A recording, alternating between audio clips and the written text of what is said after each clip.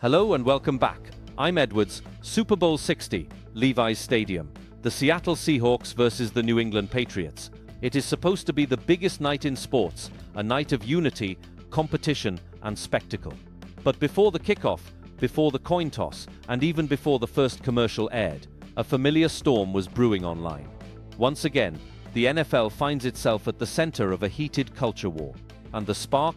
A song, not the halftime show, not the national anthem, but the performance of Lift Every Voice and Sing, often called the Black National Anthem. The performance by Coco Jones was stunning, but the reaction on social media? Well, that was a different story entirely. Let's look at what actually happened inside the stadium. As fans were just starting to trickle into their seats in Santa Clara, the lights went down for the pre-game festivities. Coco Jones took the stage. Now, if you don't know Coco Jones, you should.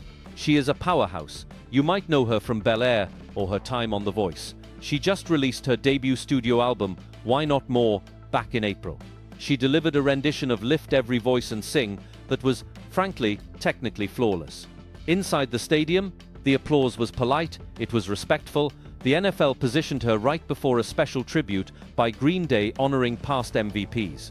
But outside the stadium, on X, formerly known as Twitter, the mood was very different. Almost immediately, the hot takes began to flood the timeline.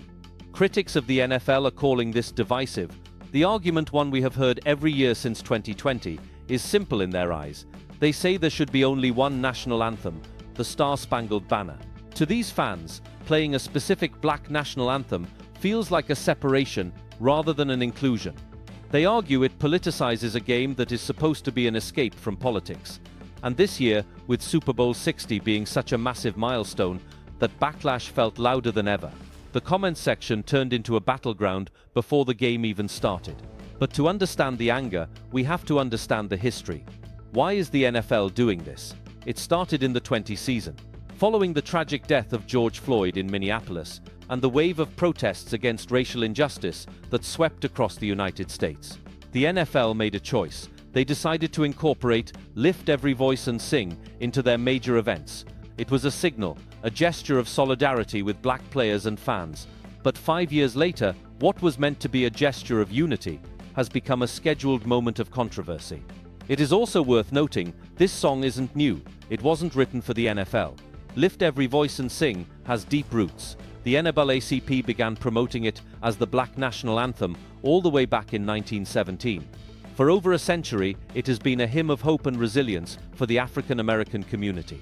So, when Coco Jones sings it, she is tapping into 100 years of history. But when the NFL broadcasts it, it taps into the current political divide. The NFL tried to balance the scales, of course. We had Brandi Carlile singing America the Beautiful. We had Charlie Puth delivering the Star-Spangled Banner. They tried to give something to everyone. But in today's climate, it seems you cannot please everyone. So, we are left with a question. Is the NFL right to keep this tradition alive, to honor its history? Or do the critics have a point? Does having two anthems create more division than unity? And as always, I want to read your thoughts in the comments below. See you in the next one.